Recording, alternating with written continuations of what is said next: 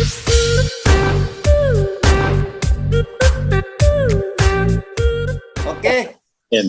ayo mari kita bersatu dalam doa.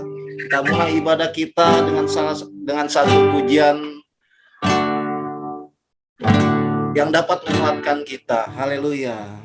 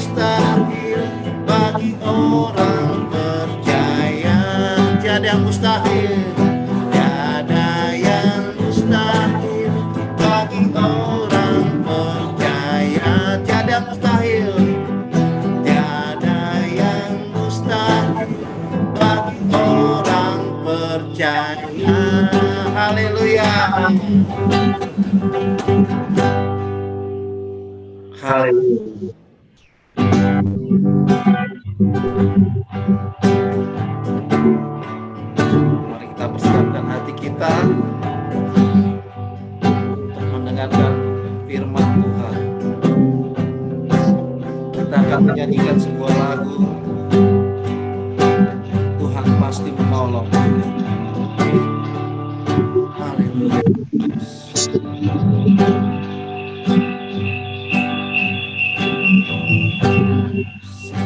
Akan selalu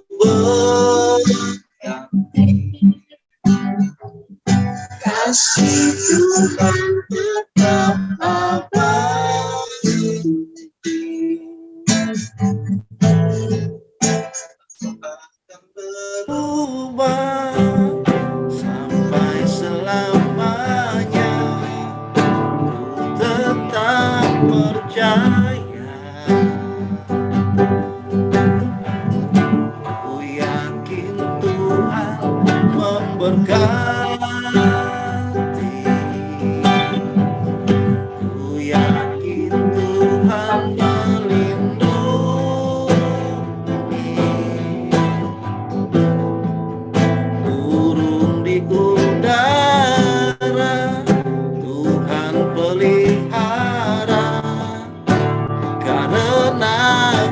kasih-Nya, Tuhan selalu menolong. Tuhan selalu menolongku, selalu menjagaku. Sehelai di rambutku tak akan terjatuh tanpa seizinmu. Tuhan selalu menolong. Tuhan selalu menolongku, selalu menjagaku. Dia mengenyangkanku, peliharaku seumur hidupku. Kita angkat pujian ini sekali lagi. Ku yakin Tuhan memberkati. Ku yakin Tuhan melindungi.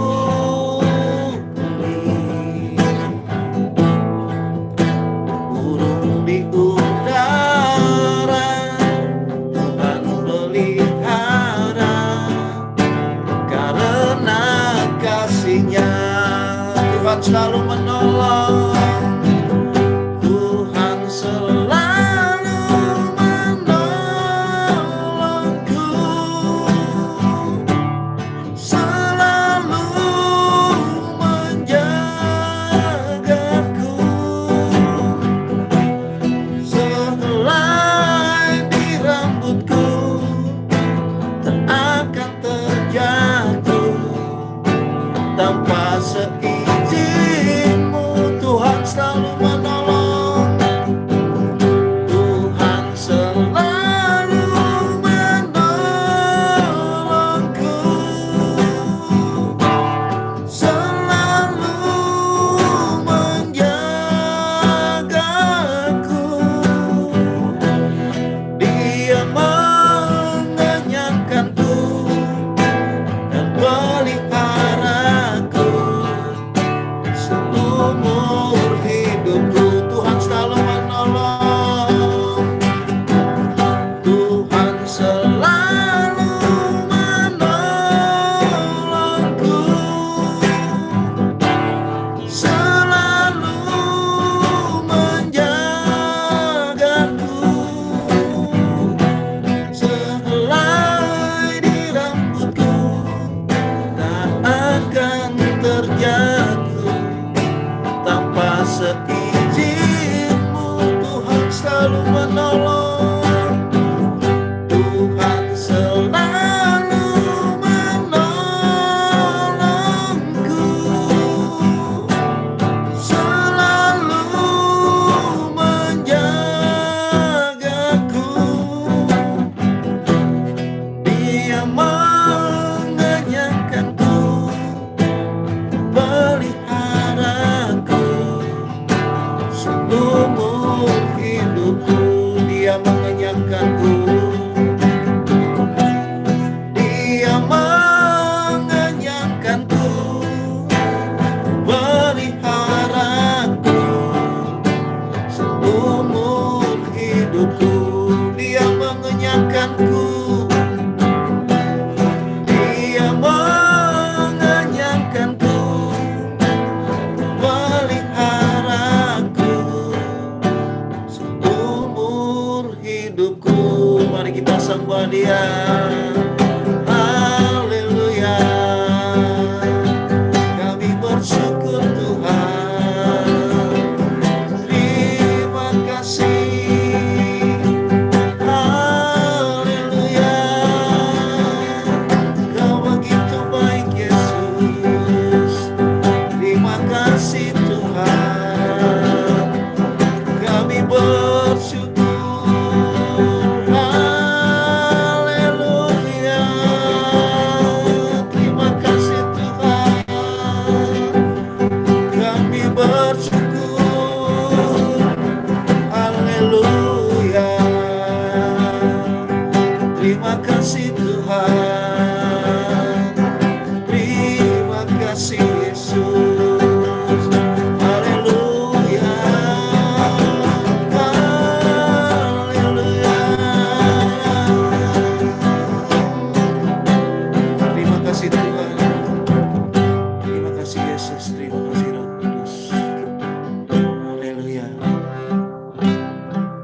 Kiranya Bapak Theo berdoa untuk firman Tuhan.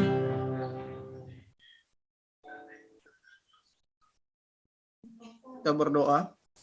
Bapa kami di dalam surga, terima kasih buat penyertaan-Mu, kasih-Mu bagi kami. Jikalau hari ini Tuhan kami bisa, Tuhan izinkan ibadah secara online, itu bukan secara kebetulan tetapi suatu hal yang membuat kami untuk selalu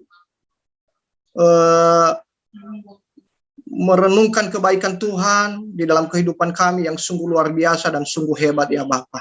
Terima kasih Tuhan, biarlah pujian yang telah kami nyanyikan bagi Tuhan semua menyenangkan hati-Mu, bahkan penyembahan kami. Bahkan terlebih-lebih saat ini Tuhan, kami membuka hati dan pikiran kami untuk mau mendengarkan firman-Mu Tuhan. Biarlah Engkau pimpin kami, terlebih-lebih hamba-Mu yang menyampaikan firman-Mu hari ini, senantiasa Engkau pakai secara luar biasa, lebih heran, sehingga lewat firman Allah hari ini kami semua yang hadir, semua diberkati oleh Tuhan. Yang sakit disembuhkan Tuhan, yang berbeban berat Tuhan berikan kelegaan di dalam nama Yesus Tuhan. Dan di tengah-tengah pemberitaan firman Tuhan, mungkin ada yang tidak senang, oknum-oknum yang tidak senang, kuasa-kuasa dari si jahat, kami semua sehati sepikir kami tolak di dalam nama Yesus Tuhan, keluar dari dimanapun kami berada untuk beribadah kepada Tuhan. Kami usir semua roh-roh jahat Tuhan, bahkan roh ngantuk sekalipun Tuhan, supaya kami fokus untuk mendengarkan firman Tuhan dari awal, pertengahan hingga berakhirnya. Di dalam nama Tuhan Yesus Kristus Juru Selamat kami yang hidup, kami berdoa dan mengucap syukur. Haleluya. Amin. Shalom Bapak Ibu yang dikasihi Tuhan. Mari kita tundukkan doa sebelum kita mendengarkan akan kebenaran firman Tuhan ini. Bapa di dalam surga, kami mengucap syukur dan terima kasih buat penyertaan-Mu, anugerah-Mu di dalam setiap kehidupan kami. Sebentar kami akan mendengar akan kebenaran firman-Mu ya Bapa. Beri kami hikmat marifat-Mu ya Bapa, supaya kami bisa mengerti, memahami kebenaran firman-Mu dan melakukan kebenaran firman-Mu itu. Sertai kami, tuntun kami terus ya Bapa, lewat Roh-Mu yang kudus. Kami siap mendengar kebenaran firman-Mu. Kami sambut kebenaran firman-Mu ini di dalam nama Tuhan Yesus Kristus. Amin. Amin. Ada Ahok, ada Acai. Mari kita kongsi fakjai. Kongsi fakjai. Ungkapan ini pastinya kita semua sering mendengar ketika orang-orang Tionghoa yang merayakan Imlek. Mereka ketika berjumpa satu dengan yang lainnya, mereka mengucapkan kongsi fakjai. Tahun baru Imlek adalah perayaan yang penting bagi orang-orang Tionghoa, sama halnya seperti Natal, Idul Fitri, Nyepi bagi yang beragama Hindu. Hari Imlek ini biasanya jatuh pada tanggal 21 Januari sampai 20 Februari. Dan tahun baru Imlek tahun 2022 ini jatuh pada tanggal 1 Februari yang baru lalu. Karena itu belum telat kalau kita bersama-sama menyambut tahun baru ini dengan mengucapkan kongsi fakjai. Kongsi artinya selamat, fakjai artinya kaya raya. Dengan demikian kalau seseorang mengucapkan kongsi fakjai artinya mengucapkan selamat, kamu sudah menjadi kaya raya, atau paling tidak mendoakan agar kamu menjadi kaya raya. Pada saat tahun baru Imlek, mereka saling berkunjung ya, yang muda mendatangi yang tua, dan kemudian mereka saling memberi amplop merah yang isinya uang. Karena apa? Karena merasa di tahun yang baru ini dirinya telah atau akan menjadi kaya, sehingga mereka memberikan angpau kepada orang-orang yang di bawah dia, anak, keponakan, dan memberikan juga sebagai penghormatan kepada orang tua. Itulah tradisi yang sering kita lihat, sering kita menyaksikan orang-orang yang merayakan Imlek. Mereka bukan hanya membagi angpau, mereka memakai baju baru. Ya, tahun ini katanya tahun macan, sehingga saya mengenakan baju baru warna merah, ada harimaunya. Mereka saling berharap lewat tahun baru mereka menjadi lebih sejahtera, menjadi lebih kaya, terhindar dari segala hal yang buruk, sehingga bukan hanya mereka mengenakan baju baru, tetapi di rumah-rumah biasanya dipasang lampion. Ya, lampion itu sebagai perlambang untuk mengusir segala yang jahat, segala sakit penyakit, setan-setan, dan yang tidak baik semuanya biar tidak masuk ke rumah. Dan mereka menyalakan kembang api, mercon, petasan, itu juga sebagai lambang untuk mengusir segala yang tidak baik. Ya, bahkan seringkali saya mendengar orang ketika menjelang Imlek itu dia harus melunasi hutangnya karena dia tidak mau memiliki hutang, karena dia beranggapan di tahun yang baru ini dia telah menjadi kaya. Itulah sekilas tentang gambaran kongsi fakjai. Hal utama di dalam perayaan Imlek ini adalah mengalami perubahan di tahun yang baru, supaya bernasib baik, supaya mendapat banyak rezeki dan menjadi kaya.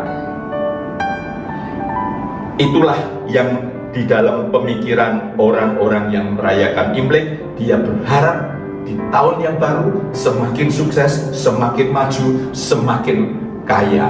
Dan itulah prinsip adanya pembaharuan di dalam hidup mereka. Mereka menutup yang lama, membayar semua utang-utang, dan menyambut yang baru.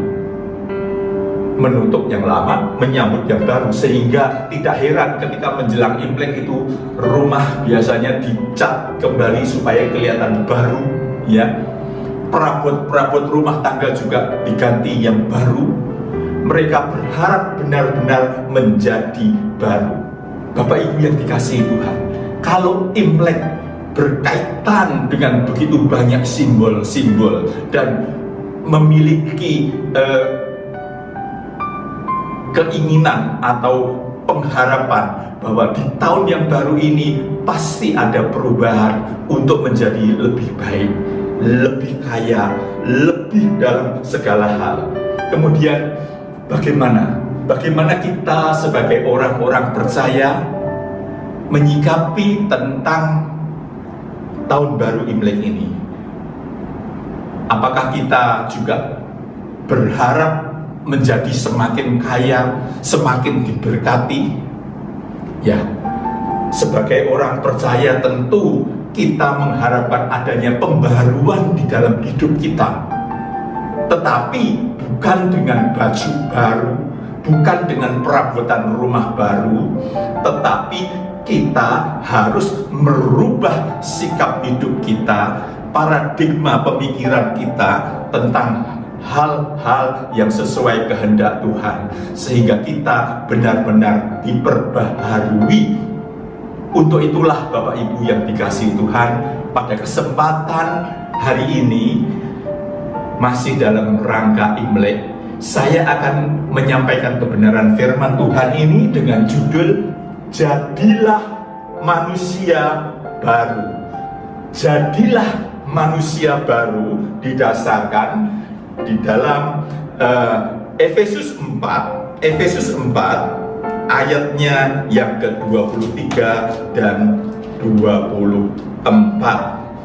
Kita membaca di dalam Efesus 4 ayat 23 dan 24. Demikian firman Tuhan.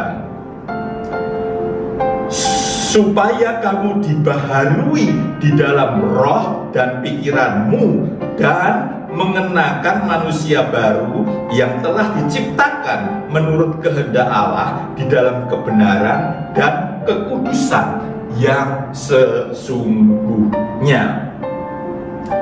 Bapak Ibu yang dikasihi Tuhan, ayat yang kita baca ini adalah bagian dari perikop yang menulis tentang manusia baru. Menulis tentang manusia baru, dan ayat yang kita baca ini merupakan penegasan atau perkataan dari Rasul Paulus yang menegaskan, yang menghendaki agar bukan hanya jemaat di Efesus, tetapi juga termasuk kita sekarang ini, supaya kalau kita ingin menjadi manusia baru, kita tidak boleh lagi hidup seperti orang-orang yang tidak mengenal Tuhan. Kita tidak boleh lagi hidup seperti orang yang tidak mengenal Tuhan, dengan pikirannya yang sia-sia, hatinya yang degil, perasaannya yang tumpul, serakah, mengumbar nafsu dan kecemaran yang menyesatkan.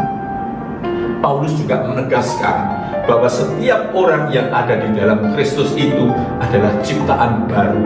Karena itu kita harus meninggalkan manusia lama kita dan mengenakan manusia baru.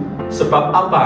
Seperti yang tertulis di dalam kitab Yesaya 36 ayat 26 dikatakan, hati yang baru dan roh yang baru di dalam batinmu ini, dan aku akan menjauhkan dari tubuhmu hati yang keras, yang kuberikan kepadamu hati yang taat.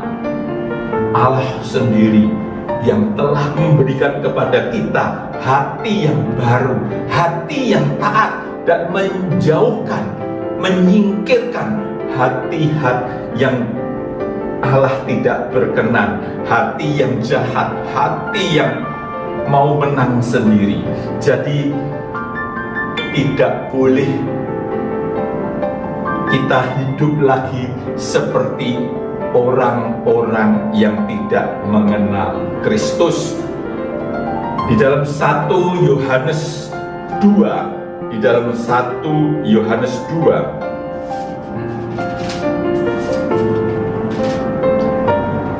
Yohanes 2 ayat 6 dikatakan, barang siapa mengatakan bahwa ia ada di dalam Dia, ia wajib hidup sama seperti Kristus telah hidup. Hidup sebagaimana Kristus hidup berarti benar-benar menjalani hidup sebagai manusia baru, sebab manusia lama kita telah disalibkan bersama-sama Kristus. Amin. Jadi kalau kita ingin menjadi manusia baru, kita harus menanggalkan manusia lama kita, karena Tuhan sudah memberikan kita roh dan hati yang baru. Untuk itu, yang menjadi pertanyaan adalah bagaimana supaya kita benar-benar meraih roh dan hati yang baru, sehingga kita bisa mengenakan manusia baru, sehingga kita bisa menjadi manusia baru itu. Bagaimana caranya agar kita bisa menjadi manusia baru? Yang pertama, kita harus memahami dan menaati kebenaran firman Tuhan. Kita harus benar-benar mengerti, memahami, menaati untuk melakukan kebenaran firman Tuhan ini. Kita membaca di dalam Roma 1 ayat 16 sampai 17. Roma 1 ayat 16 sampai 17. Demikian firman Tuhan. Injil itu kekuatan Allah, sebab aku mempunyai keyakinan yang kokoh di dalam Injil, karena Injil adalah kekuatan Allah yang menyelamatkan setiap orang yang percaya. Pertama-tama orang Yahudi, tetapi juga orang Yunani, sebab di dalamnya nyata kebenaran Allah yang bertolak dari iman dan memimpin kepada iman, seperti ada tertulis, orang benar akan hidup oleh iman. Penting sekali kita memiliki pemahaman yang benar akan firman Tuhan. Bila kita tidak memahami dengan firman Tuhan ini dengan benar, Alkitab mengatakan ya, kita akan mudah sekali diombang-ambingkan oleh rupa-rupa pengajaran dan permainan palsu manusia dalam kelicikan mereka yang menyesatkan. Kalau kita hanya sekadar membaca, tidak memahami, tidak mengerti dengan benar, atau bahkan kita tidak pernah membaca kebenaran firman Tuhan ini, ya jelas kita akan tersesat, kita akan disesatkan oleh oknum-oknum yang tidak bertanggung jawab. Sehingga kita tidak mungkin menjadi manusia baru. Kalau kita tidak menjadi manusia baru, kita tetap menjadi manusia lama, kita tidak akan beroleh keselamatan itu. Kita tidak akan berjumpa dengan Tuhan Yesus di surga yang mulia nantinya. Karena itu penting sekali kita memahami, mengerti dengan benar kebenaran firman Tuhan. Tanpa pemahaman yang benar, timbul penafsiran-penafsiran yang tidak akan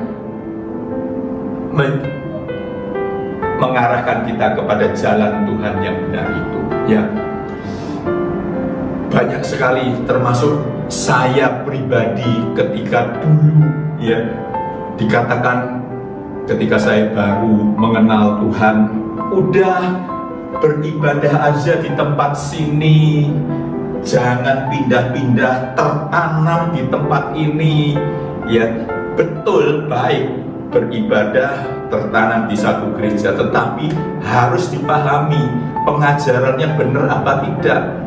Pokoknya ibadah di sini, memberi persembahan, membayar perpuluhan, nanti kalau mati masuk surga. Mana mungkin seseorang akan berjumpa dengan Allah di surga kalau kehidupannya masih penuh dengan dosa.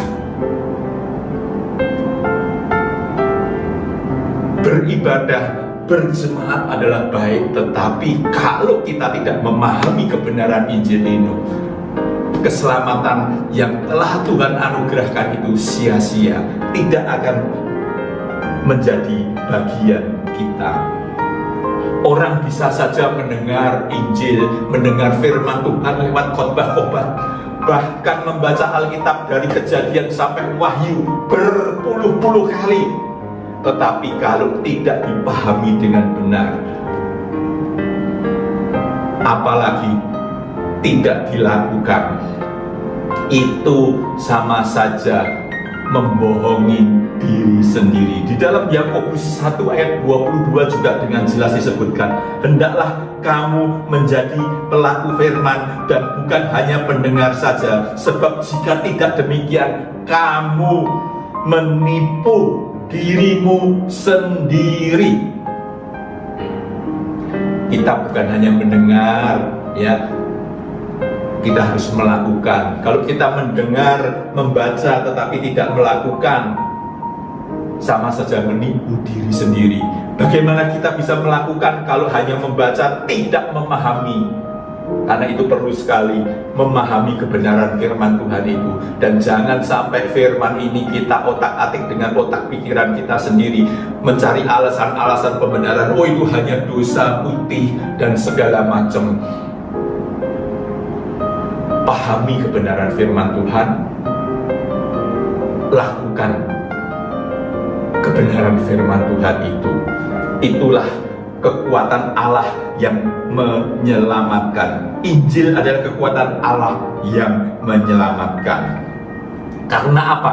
Karena Injil itu akan memimpin kita untuk berjalan di jalan kebenaran Tuhan itu. Bagaimana kita bisa jalan di dalam kebenaran Tuhan kalau kita tidak pernah membaca, kita tidak pernah memahami Injil ini?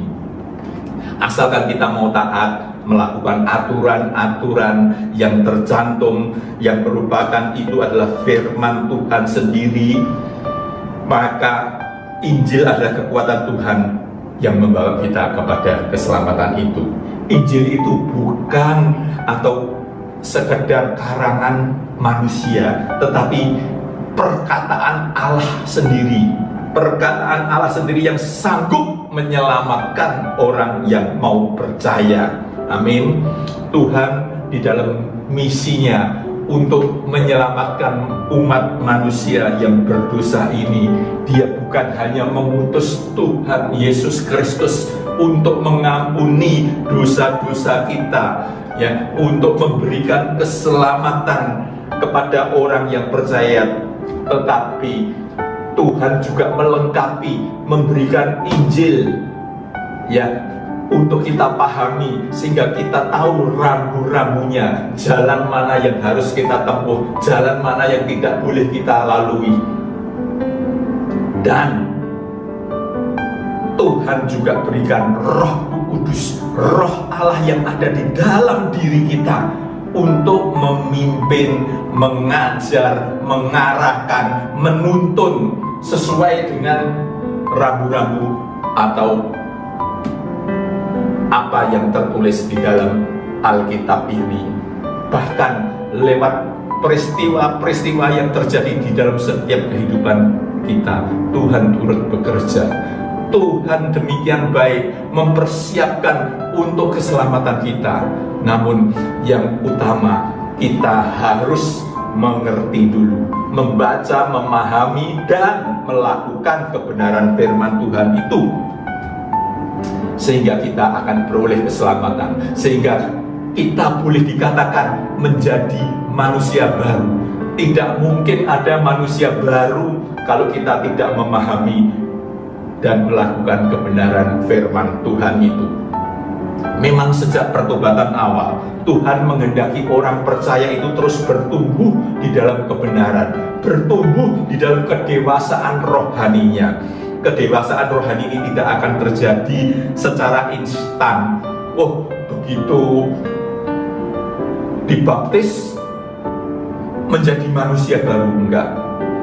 Kedewasaan rohani tidak terjadi secara instan, tetapi membutuhkan proses dan perjuangan. Bukan sehari, bukan seminggu, tetapi sepanjang hidup kita. Sepanjang hidup kita, dengan terus menerus, kalau kita haus, rindu untuk membaca, merenungkan, memahami kebenaran firman Tuhan, barulah kerohanian kita akan terus bertumbuh menjadi dewasa. Firman Tuhan adalah makanan jiwa dan roh kita. Tuhan Yesus mengatakan manusia bukan hanya makan dari roti saja, tetapi dari setiap firman Tuhan.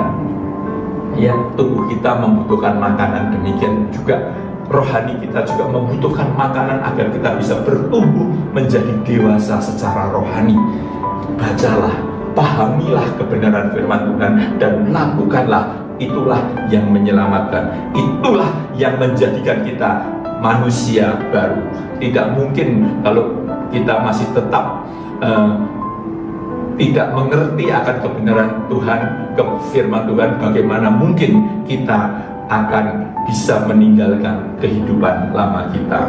Bila kita tidak bertumbuh di dalam pengertian kebenaran firman Tuhan ini, ya, pada umumnya orang yang tidak bisa memahami atau tidak mengerti akan kebenaran firman Tuhan ini, kekayaannya akan menipu. Kekayaannya akan menipu, ya, seperti yang tertulis di dalam Matius 13 ayat 22, ya, saya nggak usah bacakan. Kita akan terpikat lagi dalam percintaan dunia yang akhirnya terjerat di dalam kesenangan dunia dengan segala fasilitasnya yang menyesatkan. Tipu daya inilah yang membuat orang Kristen tidak akan bisa bertumbuh, tidak memungkinkan kita menjadi manusia baru kalau kita tidak memahami kebenaran Injil ini. Karena itu penting sekali Alkitab jangan dijadikan hiasan di meja kerja, jangan dijadikan hiasan di almari, jangan hanya ditenteng-tenteng ketika datang ke gereja, tetapi dibaca, direnungkan, dipahami, dan dilakukan. Karena Alkitab inilah firman Tuhan, Injil yang menyelamatkan, yang menjadikan kita manusia baru untuk meninggalkan kehidupan yang lama, sehingga kita benar-benar menjadi baru di dalam Tuhan. Amin. Poin yang kedua, Bagaimana agar kita bisa menjadi manusia baru? Yang pertama tadi, supaya kita memahami dan melakukan kebenaran firman Tuhan. Tentunya yang kedua, kita harus mengalami perubahan pikiran. Kalau kita hanya mengerti, memahami, tidak mungkin bisa melakukan kalau perubahan pikiran kita ini tidak terjadi.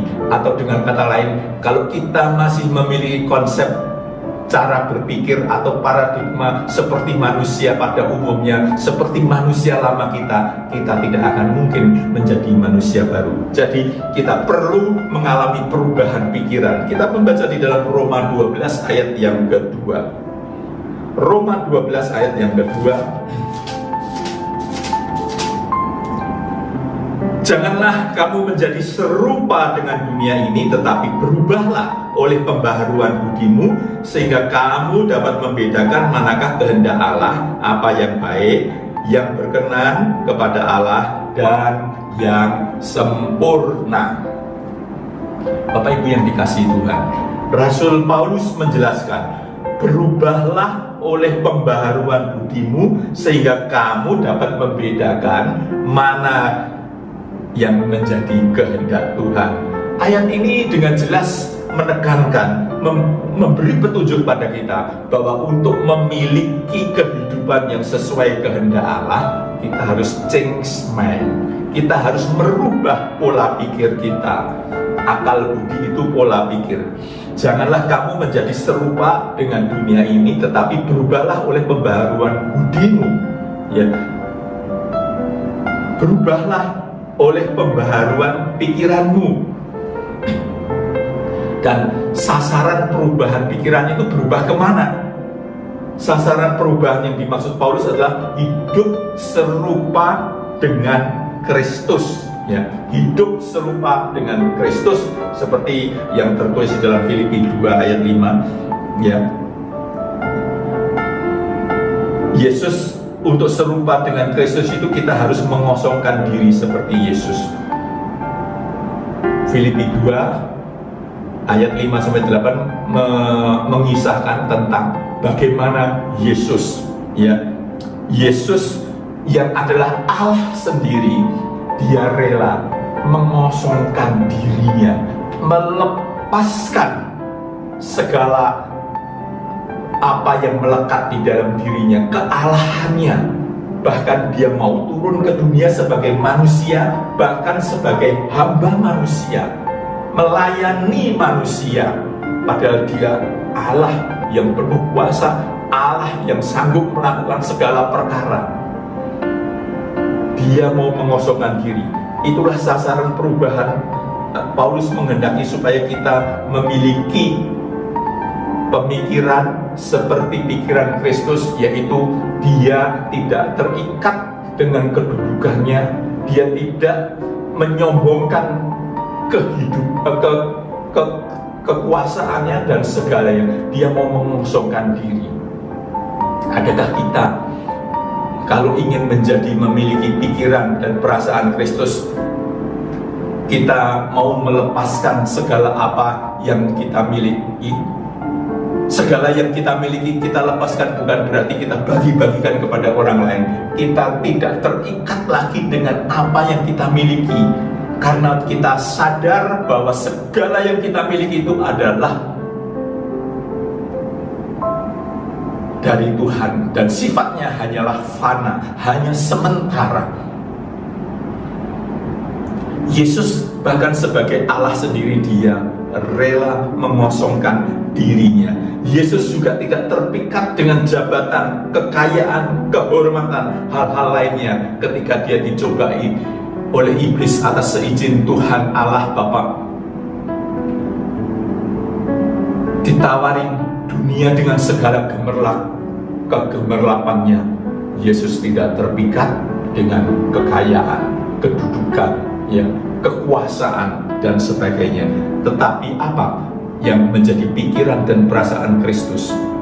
Dia mau taat kepada Allah, taat sampai mati, bahkan mati di kayu salib. sekalipun dia ada dalam posisi sebagai manusia merasa takut harus menghadapi salib yang demikian mengerikan itu, dia tetap taat. Dia mau melakukan kehendak Allah. Jadi pikiran dan perasaan Kristus yang dimaksud adalah seperti itu.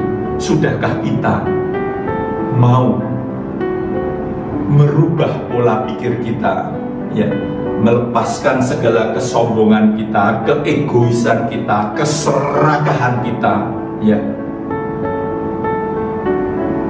Kita mau merendahkan diri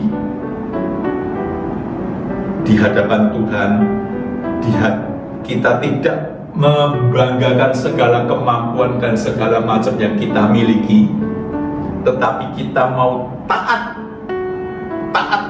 sampai mati, taat 100% kepada kehendak Tuhan. Itulah pikiran dan perasaan Kristus yang harusnya ada di dalam kita. Kalau kita ingin menjadi manusia baru, kita harus merubah konsep pemikiran yang dulu menjadi konsep pemikiran yang sekarang. Pola pikir kita adalah menjadi seperti Kristus. Agar kita benar-benar mengarah menjadi serupa dengan Kristus, Rasul Paulus juga mengatakan, ya, selain prinsip dasar perasaan dan pikiran Kristus itu, kita juga harus senantiasa mengarahkan pikiran kita seperti yang Rasul Paulus katakan di dalam Filipi 4 ayat 8. Filipi 4 ayat 8 mengatakan, pikirkanlah semua yang benar, semua yang mulia, semua yang adil, semua yang suci, semua yang manis, semua yang sedap didengar, semua yang disebut kebajikan dan patut dipuji, pikirkanlah semuanya itu. Kalau kita memikirkan hal-hal yang demikian itu akan mengarah kepada pikiran-pikiran Kristus. Bapak Ibu yang dikasihi Tuhan, memang situasi di sekitar kita ini, ya, membawa dampak kepada pola pikir kita. Dengan kata lain, pikiran kita itu setiap saat pasti dipengaruhi oleh situasi, kondisi di sekitar kita. Jika pikiran kita, ya, dipengaruhi oleh keadaan-keadaan, perkara-perkara yang ada, kesulitan-kesulitan di dalam kehidupan, sakit, penyakit, ya mungkin, pekerjaan, keuangan kita, akibatnya apa? Akibatnya pikiran kita itu akan menjadi khawatir, menjadi bimbang, menjadi bingung, menjadi gelisah, menjadi ketakutan, menjadi putus asa, menimbulkan kebencian, kekecewaan, dan lain-lain. Ya, kalau situasi kondisi yang membuat kita menjadi demikian itu, menjadi gelisah, sakit hati, ketakutan, putus asa, benci, dan sebagainya, kita tidak akan bisa mengisi pikiran kita ini dengan pikiran Kristus.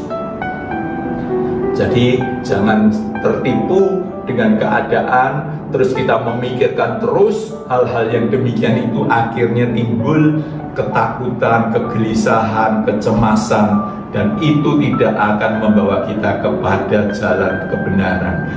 Itu tidak akan menjadikan kita memiliki pikiran dan perasaan Kristus. Alkitab juga mengatakan agar kita memikirkan perkara-perkara yang di atas, bukan perkara-perkara yang di dunia ini, ya. Memenuhi pikiran kita dengan perkara-perkara rohani, inilah yang dimaksud dengan memiliki pikiran Kristus. Pikiran kita harus memikirkan apa yang menjadi kehendak Allah. Memiliki pikiran Kristus berarti kita menawan segala pikiran kita, menaklukkan kepada Kristus. Bapak Ibu yang dikasihi Tuhan, kalau kita sudah bisa berubah pola pikir kita, tidak lagi memikirkan hal-hal yang duniawi, ya, seperti ketakutan, kekhawatiran, kecemasan, kejengkelan, keserakahan, keegoisan, mementingkan diri sendiri, punya pikiran-pikiran kotor, nafsu-nafsu yang mencemarkan dan sebagainya. itu pikiran-pikiran manusia lama kita itu kalau sudah kita singkirkan, kita ganti dengan kebenaran Injil, itulah yang disebut sebagai perubahan pola pikir. Jadi perubahan pola pikir kita harus menyingkirkan segala hal-hal yang sifatnya duniawi. Karena itu Rasul Paulus katakan, janganlah kita seperti orang dunia, tapi berubahlah oleh akal budimu. Dan kalau kita sudah bisa menyingkirkan segala hal-hal yang duniawi ini, keadaan semacam inilah yang memungkinkan kita bisa menjadi manusia baru. Amin. Yang ketiga, poin yang ketiga adalah kita harus mengalami kelahiran baru. Selain kita memahami Injil dan melakukannya, dikuatkan lewat perubahan konsep pikiran kita, kita juga harus mengalami kelahiran baru. Kita membaca di dalam kitab Injil Yohanes 3 ayat yang ketiga. Yohanes 3 ayat yang ketiga, Yesus menjawab, katanya, aku berkata kepadamu, sesungguhnya jika seorang tidak dilahirkan kembali, ia tidak dapat melihat kerajaan Allah. Kalau seseorang yang tidak dilahirkan kembali, ia tidak akan bisa melihat kerajaan Allah. Melihat saja tidak bisa, apalagi kita akan berada di dalam kerajaan Allah itu. Tidak mungkin tanpa dilahirkan kembali. Sudahkah kita dilahirkan kembali? Sudahkah kita lahir baru? Mungkin saudara akan mengatakan, aku sudah lahir baru, buktinya aku sudah rajin ke gereja, ya, aku ikut melayani di gereja, aku memberikan persembahan di gereja. Nih aku sudah menjadi orang Kristen, aku lahir baru. Atau ada juga yang mengatakan, wah, dia sudah lahir baru, ini sudah dibaptis selam, sehingga yang lama sudah berlalu. Benarkah segampang itu orang lahir baru? Apa pengertian lahir baru? Ya, yang menjadi ukuran seseorang lahir baru apabila dia sudah mengalami perubahan dari hari ke hari, semakin bertumbuh di dalam kedewasaan rohaninya, dan pada saatnya menjadi serupa dengan Kristus. Jadi kelahiran baru ini suatu proses, bukan terjadi secara instan. Begitu diselam, timbul, kemudian menjadi lahir, sudah menjadi baru. Tidak. Proses dari hari ke hari sepanjang waktu, untuk semakin lama semakin menjadi seperti Kristus. Dan kalau dia sudah benar-benar menanggalkan segala dosa-dosanya, kodrat dosanya, tidak mampu lagi melakukan dosa-dosa, dia baru disebut bisa lahir baru.